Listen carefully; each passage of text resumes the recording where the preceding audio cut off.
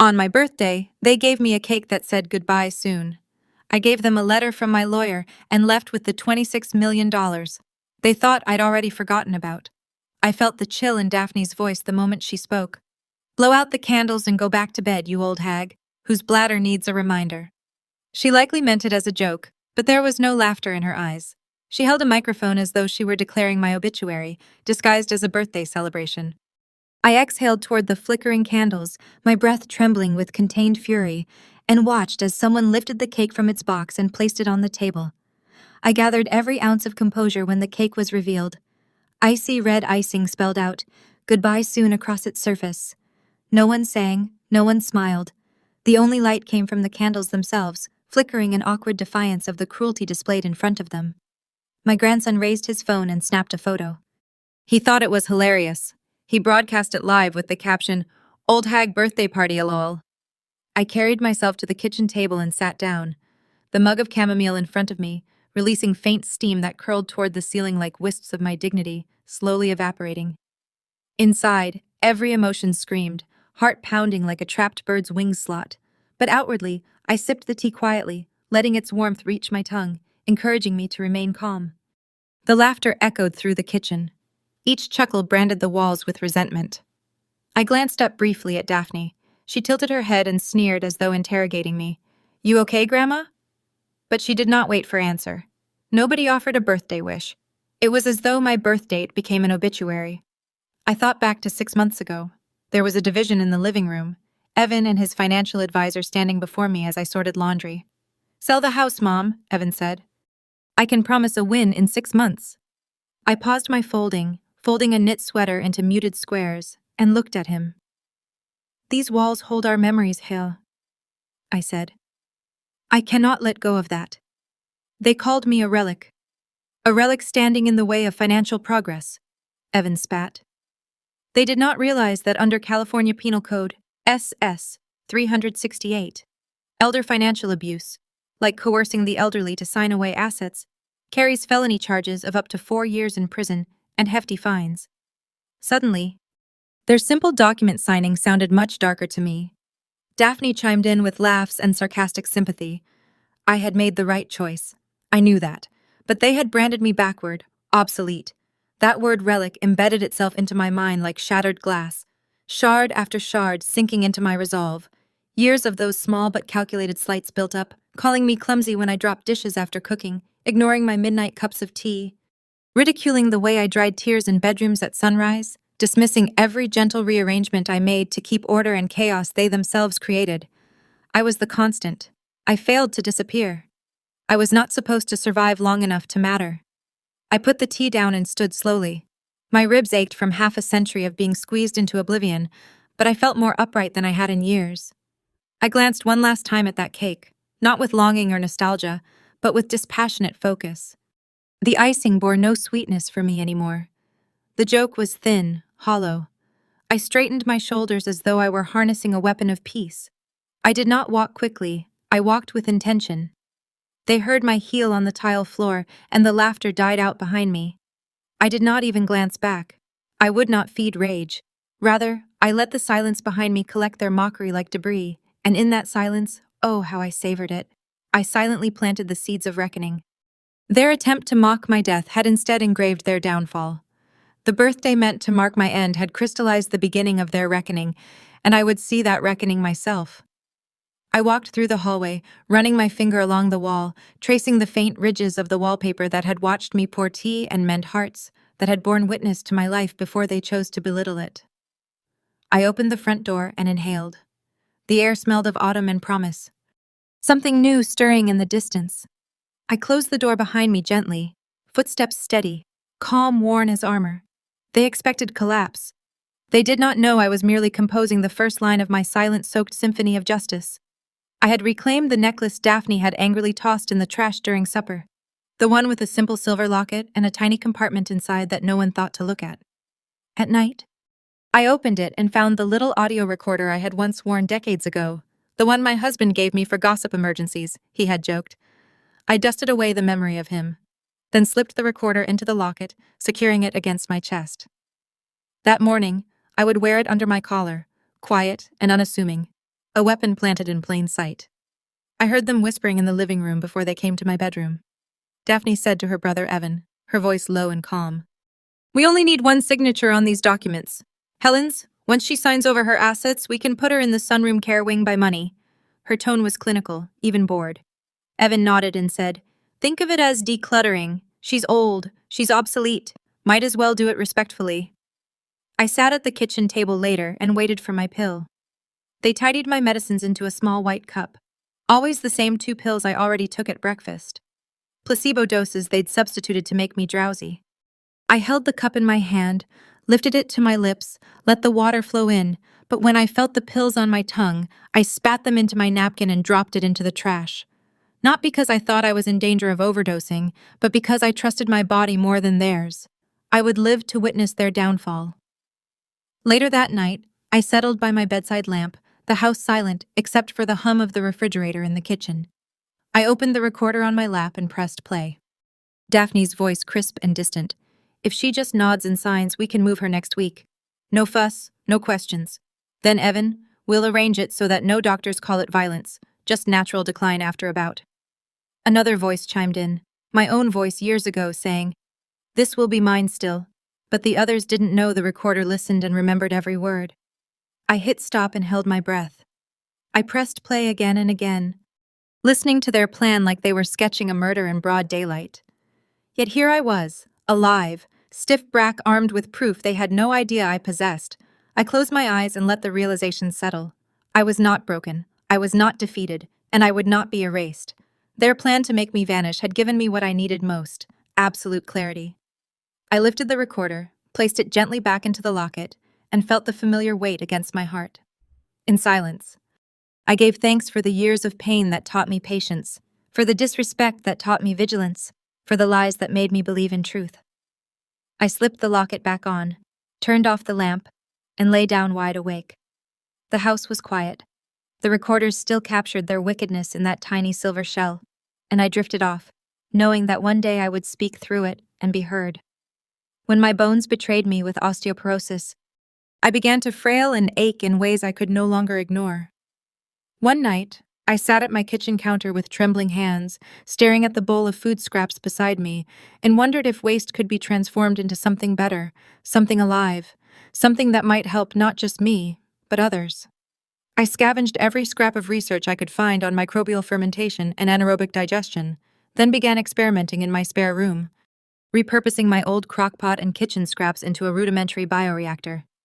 By trial and error, I identified a strain of fibrolytic bacteria that could break down cellulose from vegetable peels, converting them into a rich protein paste we all knew as tempeh. But she could produce it faster, and with far higher nutrient retention. I named it Nutribiome, and it became my secret laboratory miracle. I did not tell anyone. I mixed the fermented paste into soup for a neighbor whose diabetes had made her weak and brittle. She recovered enough to walk again, and that doctor said her improvement was medically unexpected. Once, when a community center ran short on protein for a luncheon, I left a container by the door labeled "homemade for sharing." They called it gross and experimental, and one young woman texted, "Elderly lady making lab goo like a Marvel villain." I laughed that day, but deep down I felt a spark. They thought I was a clown for it. Daphne mocked me at brunch. "Still doing your creepy science, Grandma? You and your old jars of bacteria?" Evan pretended concerned when I refused to wear the fancy orthopedic shoes they bought me, saying, "You are stuck in a time capsule, Mother." I let them talk. They did not deserve the truth. At night, after I returned from the grocery store, I slipped into my spare room and inspected my next batch. The liquid fermented into thick golden sludge, and I measured protein content with a small handheld meter that beeped affirmingly. Each day, I refined it until Nutribiome could stand alone as a fortified meal for an older adult without any supplements. I stored dozens of jars in my pantry, fermenting silently behind canned beans and expired tea bags, as witness to the stubborn genius of someone they called outdated. Once I delivered a jar to my neighbor with bronchitis, and she recovered faster than the nurses expected. When the community center noticed that 3 of their clients stopped losing weight, they offered me a carton of milk in thanks. I accepted it and smiled, then threw the carton away discreetly because acceptance from them would have meant nothing.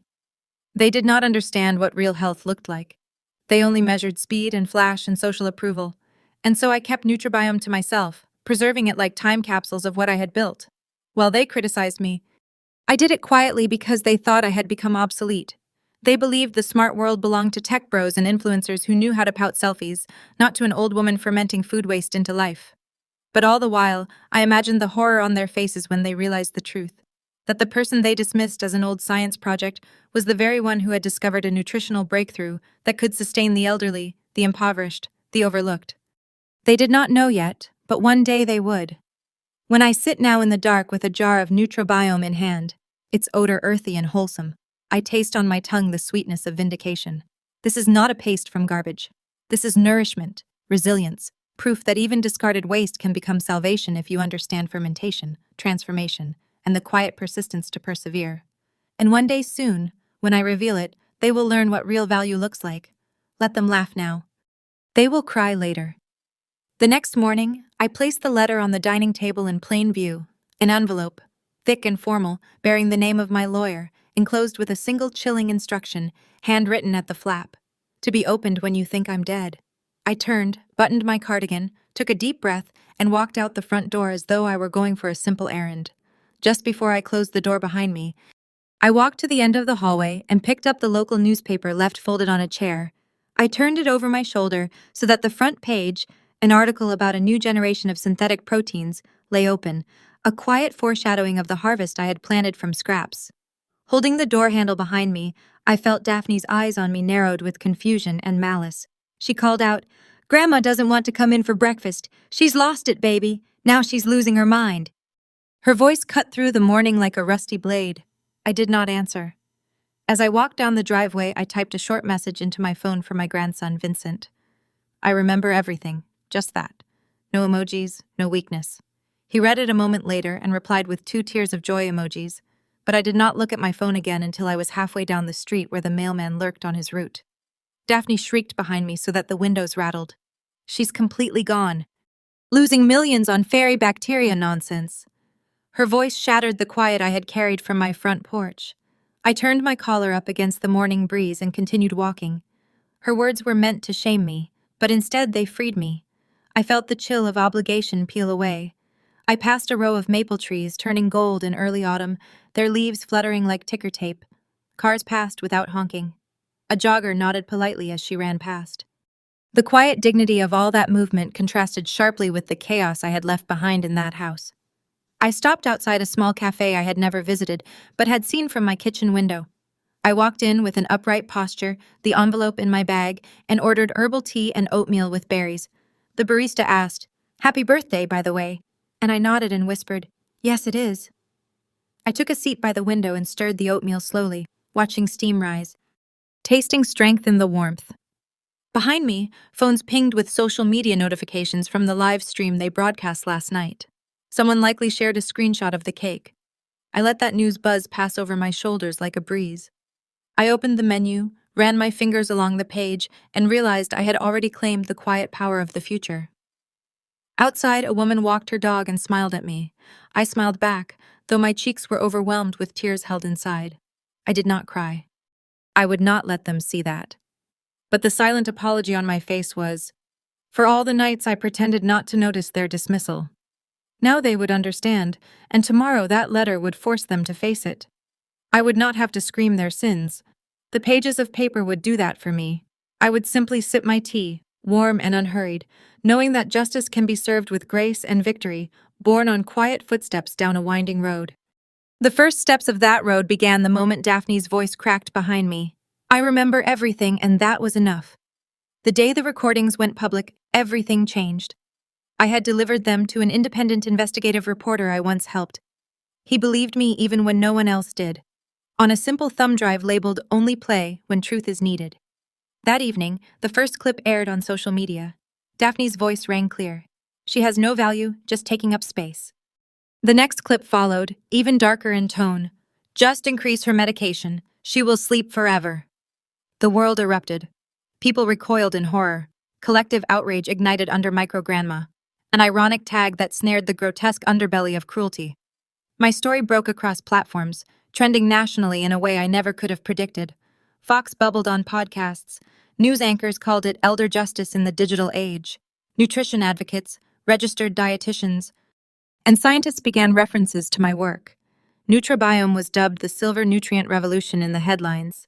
A delegation from the California Nutrition Association invited me. Some were shocked it was me. But when I showed up at their annual conference in Long Beach, a meeting for clinical nutrition professionals, policy experts, and researchers, I was no longer the trembling old lady, but the keynote subject. They showcased what Nutribiome could do. A sustainable plant-based protein source for seniors, validated by academia, created in my kitchen. Comments poured in from people I never met. Saved my grandfather. Reminded me my mom is brilliant. How did I never know Grandma could be a biotech genius? Meanwhile, Daphne and Evan scrambled behind closed doors. Their carefully constructed lives unraveled in public view. Sponsors pulled out. Job offers evaporated. The online community, fast and unforgiving, had marked them. I sat back sipping chamomile at my small kitchen table as the world for once witnessed that impenetrable calm carried a storm of dignity. It was not revenge with shouts, but revenge earned through truth. Their cruelty was exposed by clips, by evidence, by the quiet power of someone they tried to erase. And Nutribiome, what they mocked as old bat science, was now cited in forums on sustainable elder nutrition. I did not stand alone in a spotlight. I stood with thousands uplifted. My story was no longer a family secret. It was salvation in fermented form, shared with a world that now understood its worth. I watched the news coverage unfold while sipping mint tea in my cottage by the sea. Daphne and Evan stood under harsh studio lights on live stream. Daphne's face pale, Evan's eyes dull with regret. I saw the judge's name scroll beneath their images. Daphne had lost custody of her child, not because she was a bad person, the ruling said, but because the court deemed that someone who treats kin like space to be cleared lacked basic maternal ethics. The judge's words echoed, "A mother must nurture, not erase."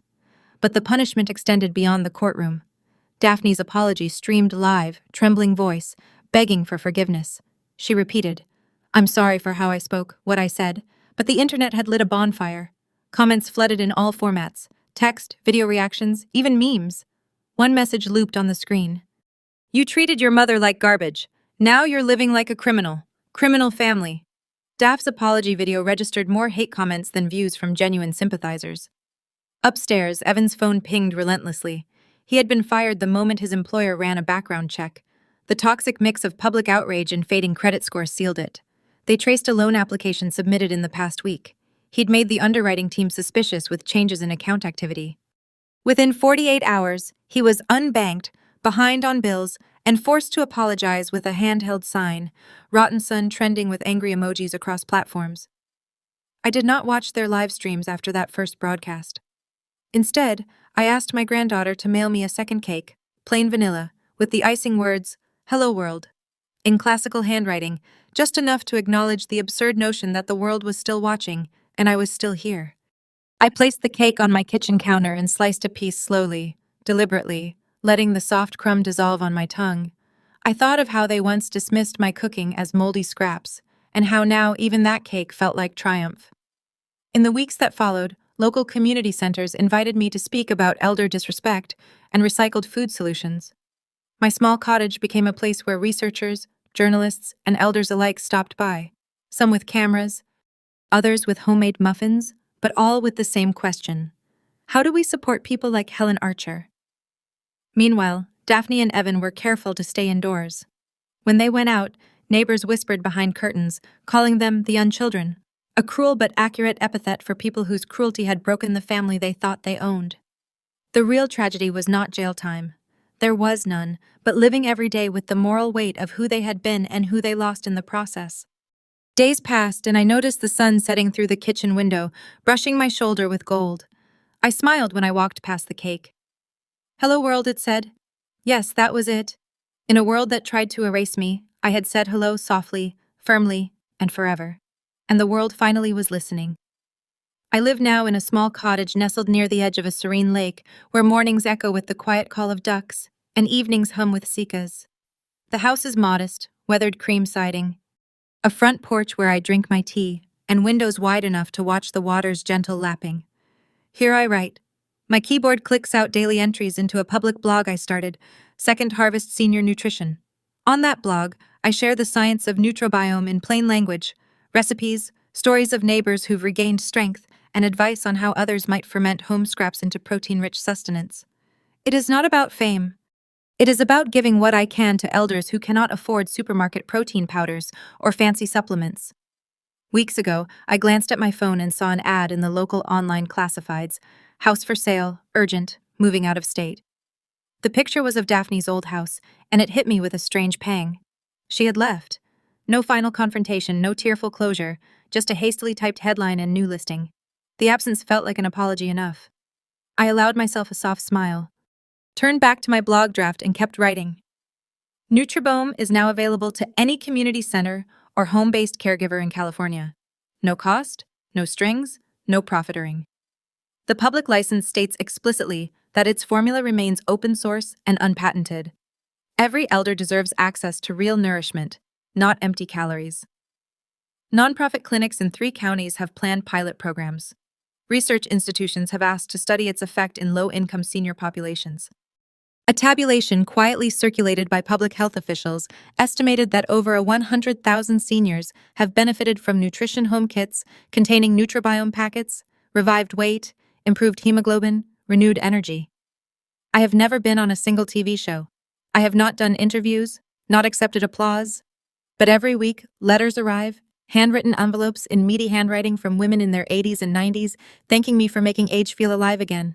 Lines like, "Thank you for reminding me that being old is not over." Or, "I dine again because of your fermented stew." I read them on my front porch with tea in hand and tears on my cheeks. On market circuit days, when the lake mist rises like blessing smoke, I drive to the town farmer's stand. I exchange Nutribiome for leftover banana peels and carrot tops. Tiny compostable trade for tiny scraps that feed another batch. The vendors know me, they wave knowingly. I smile back and tuck their produce into a paper bag that already holds glass jars of Nutribome fermenting on my countertop. Once I ran into an old friend, Joan, who once called me that crazy lady who plays scientist. Joan leaned close, placed her frail hand in mine, and whispered that she had survived a winter of no appetite after her husband passed. But this summer, she walked outside, tender to her grandchildren because she added Nutribiome to her soups. No official report could capture the dignity in her eyes. Sometimes I walk down to the water's edge just before sunset. I drop a jar of used cultures into a small compost basket I bring. I watch the fire-roaring sky ripple over the lake and think about how we become more ourselves in silence away from judgment. My cottage stands alone now, but it is a place of refuge, of subtle healing. I see the world now through the lens of stewardship, not inheritance. I touch my age-spotted hands and feel pride. They are hands that built science out of scraps, love out of ferments. I never needed their praise. I needed only to know in the humility of each stir in my crockpot that I saved more than data. I salvage possibility. When I close my laptop after a blog post, the lake whispers outside. We are still here, it seems to promise. And yes, that is the truth. I survived their eraser, saved lives with humblest means, and now live in quiet harmony. Peace is not the absence of conflict. It is living on your own terms, fermenting change day by gentle day. The door tapped gently, a quiet knock I knew only one child in my life would make. Knowing my cottage, knowing the rules, I opened it to find a little girl about 7 years old, face framed by soft curls and big curious eyes. She carried a small cloth bag, and behind her a woman who had once been a beneficiary of Nutribiome's gift, my neighbor from the city, recovering from illness last winter. Now she stood smiling, though she did not speak. The little girl offered the bag and said shyly, "Grandma Helen, a gift for you." Inside the bag was a drawing, stick figures of 2 hands holding a spoon over a steaming bowl labeled Nutribiome.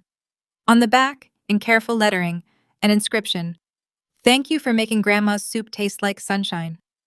I knelt and took the girl's hand. In the kitchen, I poured us both a cup of chamomile tea. I asked, "Are you afraid of being old someday?" She looked at me solemnly, shook her head, and said, "I think getting old like you is super cool." I smiled and brushed a curl off her forehead. "Getting old is not frightening, I told her. The only thing to fear is growing old and being forgotten. But when you live with purpose, when you pour your heart into creating what nobody expects, you become unforgettable." She nodded like she understood every word. We sat at my little wooden table beside a window where sunlight painted gold patterns on the floor. I sipped my tea, she sipped hers. It felt like a promise. Age could be beauty, could be wisdom, not something to hide, but something to share. I looked around the kitchen filled with fermenting jars, stacks of blog notes, and the unopened cards that arrived each day. Thank you notes from elders who regained strength, from families who rediscovered joy at the table. I realized I had built more than a recipe. I had W and hope, and for that I needed no medals, no awards, no headlines. I had nurtured renewal in people once dismissed like empty jars. That was enough. Underscore. I did not expect to hear that soft rap on the screen door. I was watering my herbs, hands still damp and fragrant with mint and lavender, when I noticed a small figure framed in the glass, tiny hands pressing against the pane, hair braided, and eyes full of curiosity and hope. I opened the door and there she stood, the little girl, the daughter of the woman I once helped with Nutribiome. The neighbor, who last winter nearly gave up after her car accident and diabetes, left her listless. That woman's daughter, now 7, offered me a smile and a hastily drawn picture in her hand. Inside, she carried a crumpled envelope, the texture of earnest crayon drawings pressed into the paper. I invited her to follow me into the kitchen. I washed my hands, then offered her a small cup of chamomile. She looked more excited than confused, and when I asked, "Do you want to sit at the table?" she nodded seriously, no hesitation. I poured the tea slowly, watching the wan steam dance between us. I asked gently, "Do you ever feel old, like other people look at you differently?" She shook her head, and then, "I think being old like you is cool. How do you respond to such honest grace?" I was torn between tears and laughter. I took a small spoon and stirred her tea. "Old age isn't scary," I told her. "The only thing that's worth fearing is growing old and being forgotten. But if you live your life by making something others can't easily erase, then your age becomes your strength." She nodded seriously, as though storing that piece of wisdom somewhere deep inside her. I pointed to the fridge where rows of Nutribiome jars hummed quietly behind glass. She followed my finger and asked, "Is that the stuff that made my grandma well?" I nodded and said, "Yes, it was invented out of scraps, out of hope, from someone they said didn't belong here." She pressed her forehead against my arm and whispered, "You belong everywhere." Years had passed, but no one treated this neighborhood like a reckoning. But here she was with bright eyes, and that "you belong everywhere." It was what I had hoped for, but never said aloud to matter. Later in the day, community volunteers stopped by. Some older women came to collect jars of Nutribiome for their homes. Others came to ask for advice on how to teach others to make it. A local health clinic asked for permission to hold free workshops to help families stretch grocery budgets and improve elder nutrition. All of it I did quietly.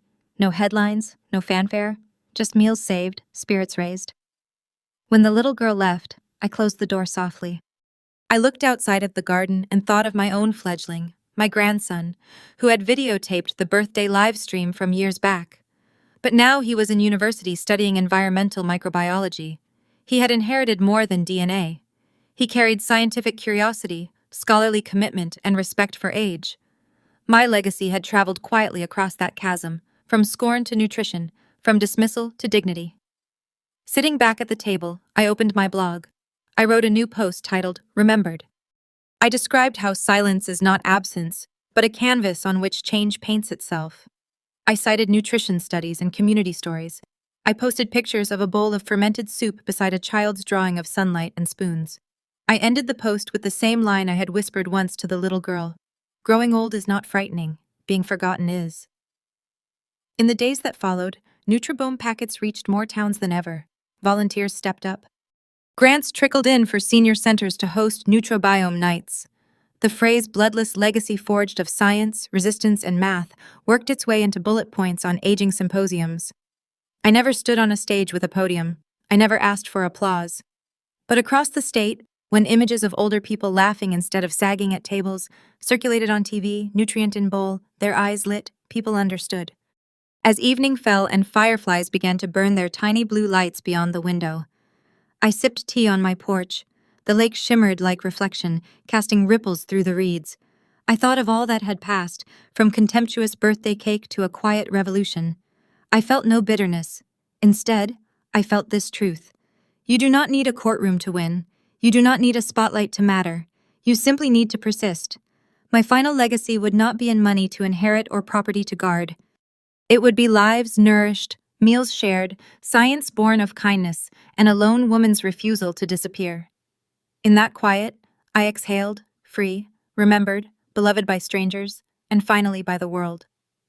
Elders_life.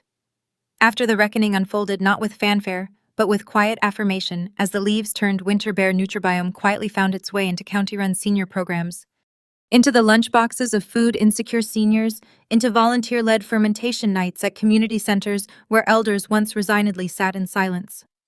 I continued on the porch, the screen door behind me closing without ceremony that no one broke, and I wrote about it.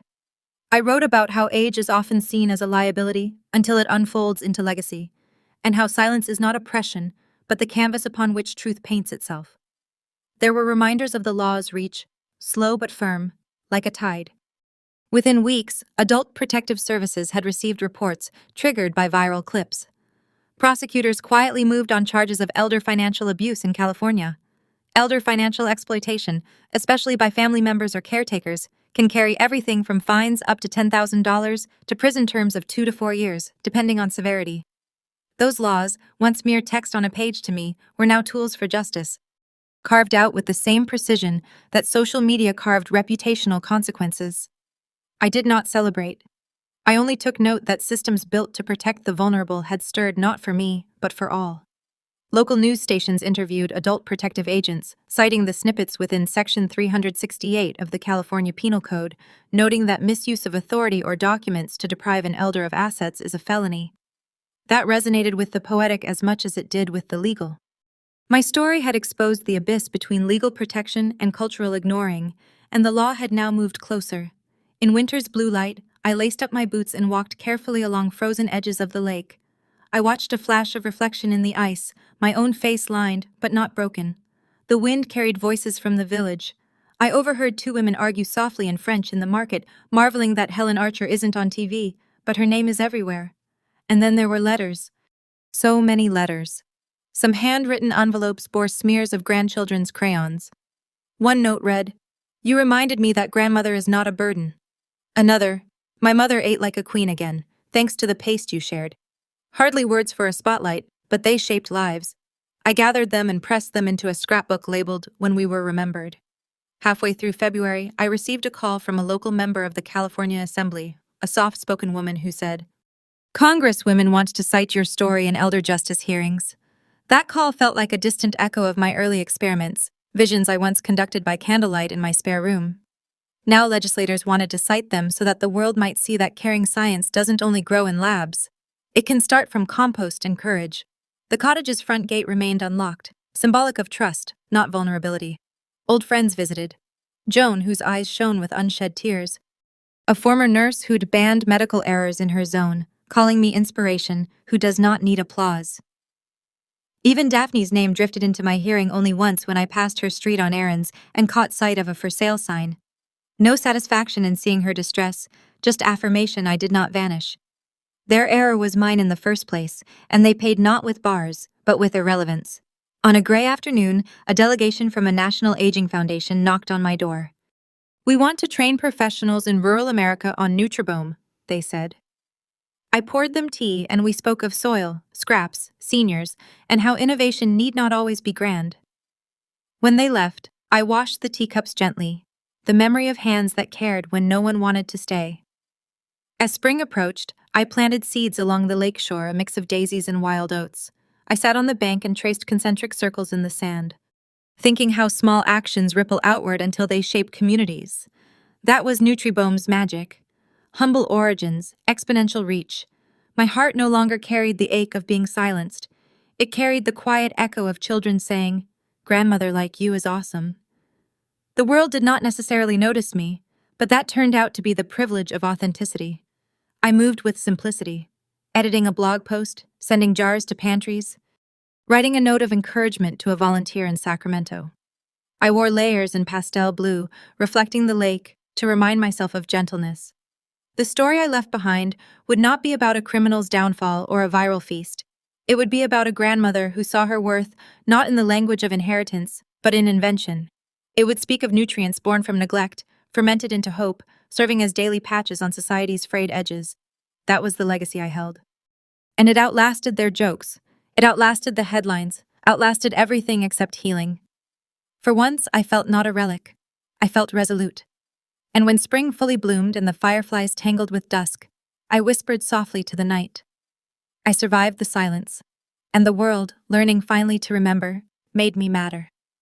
If this story stirred something in you, if you know anyone overlooked, dismissed, or doubted, please share it with them. Let them know that quiet strength can outlast the loudest slurs.